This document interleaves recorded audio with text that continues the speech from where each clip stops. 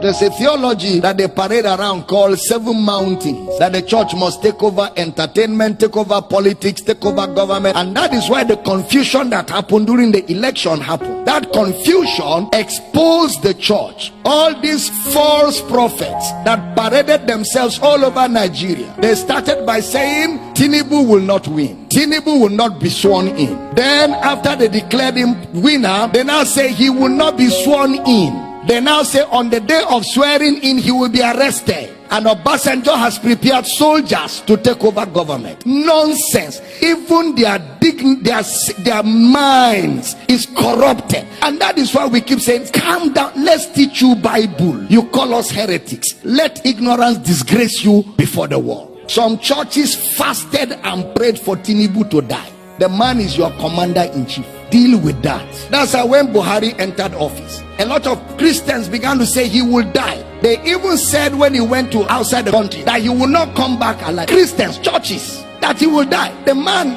did 8 good years and went home younger than when he became president, to show that the Lord is upright and there is no unrighteousness in him. God is not a killer. And with these false prophecies, they have destroyed the faith of many people, because many people fasted and prayed sincerely that Tinubu should die, and their God traveled. So now if you ask them to pray, they are not sure God will answer. They have eroded their faith. They have shipwrecked their faith because of lack of understanding that there's a difference between the kingdom of God and the kingdom of this world. How many of you remember I told you that this thing, God is not involved? Did I tell you that?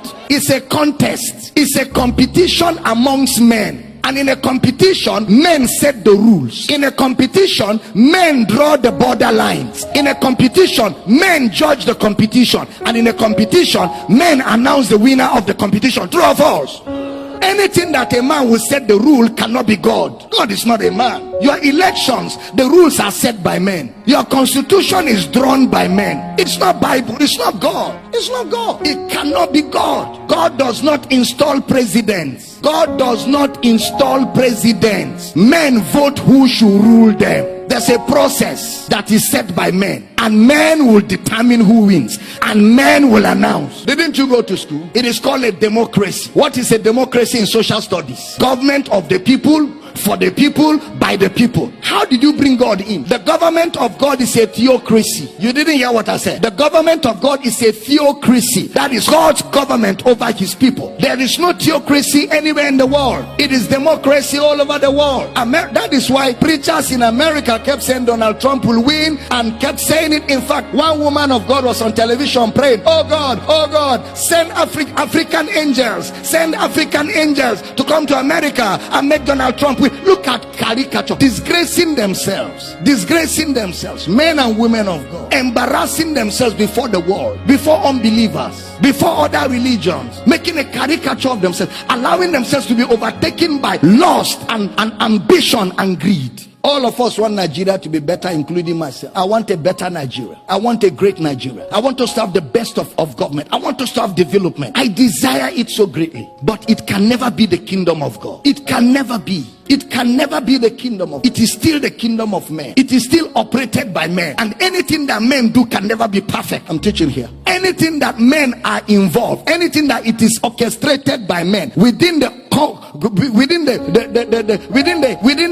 boundaries of men, it can never be perfect. I have a reason why I'm talking like this. Somebody even said that if Tinubu becomes president, we should amputate his leg. He said, amputate my leg. We're looking for him. Somebody even says he's a prophet. If Tinubu becomes president of Nigeria, there is no God in heaven. Look at that charlatan. That's a charlatan. That's what? A charlatan. Some churches, even pastors, stood on the pulpit and said, vote for this man. This man is the will of God. Let's fast and pray. How can a pastor be partisan? The pulpit is not a place for politics. The pulpit is a place, it is the pillar and the ground of the truth of the gospel. You don't use your pulpit except you don't know what the gospel is. And I don't blame them. Many of them don't know what the gospel is. They don't know what the gospel is.